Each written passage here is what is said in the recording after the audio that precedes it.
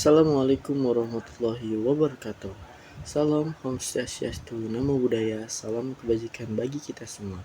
Perkenalkan, nama saya Dwi Andika Aditya dari kelas M251B dengan NIM 1325101132. Di sini saya ingin membuat video mengenai analisis sistematik pendidikan kewarganegaraan dengan tema identitas bangsa. Kita bahas menggunakan struktur sebagai berikut, yaitu definisi, contoh nyata, permasalahan, serta kritik dan solusi.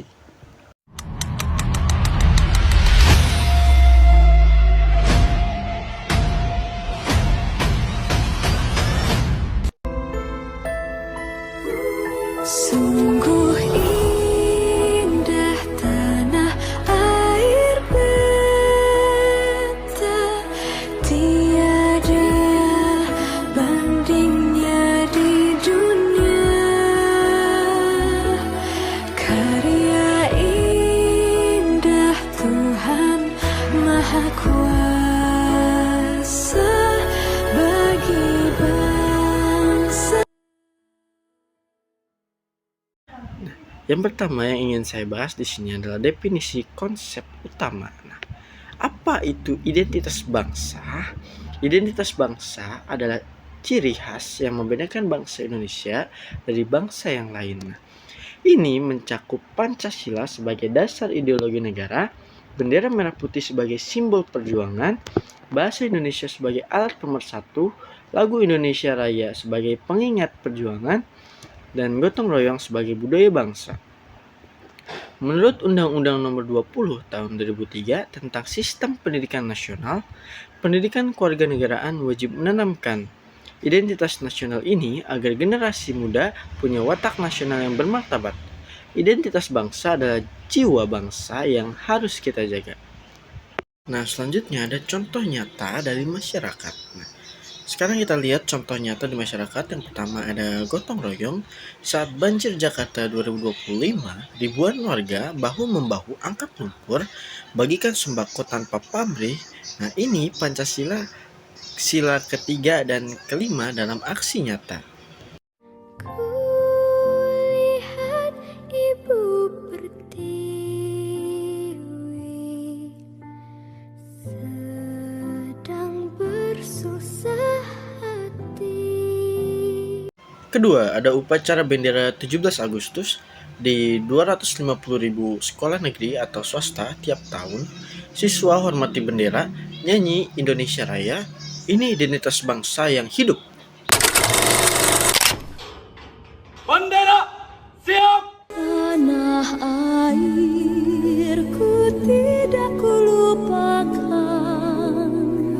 kan terkenang selama hidup. Dan yang ketiga ada Festival Danau Tarsa Toba yang sukses di tahun 2025. 2 juta pengunjung nikmati seni Batak dan pesan harmoni alam, identitas budaya yang mendunia.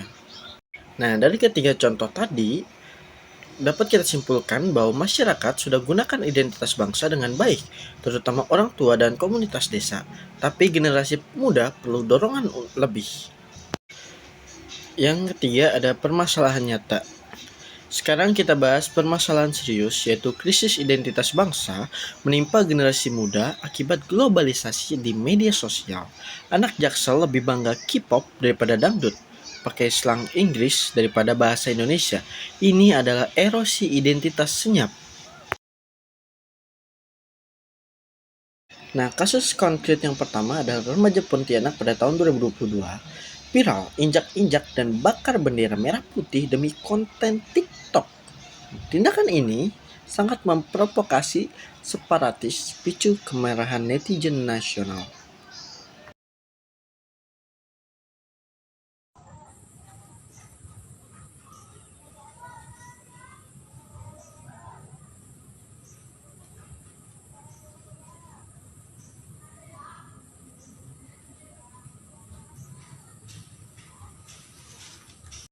Kasus konkret yang kedua ada mahasiswa Bandung pada tahun 2005 bakar bendera di demo dan akhirnya ditahan polisi.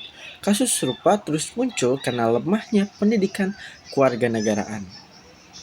Nah, Hak warga negara atas simbol negara tidak digunakan dengan baik.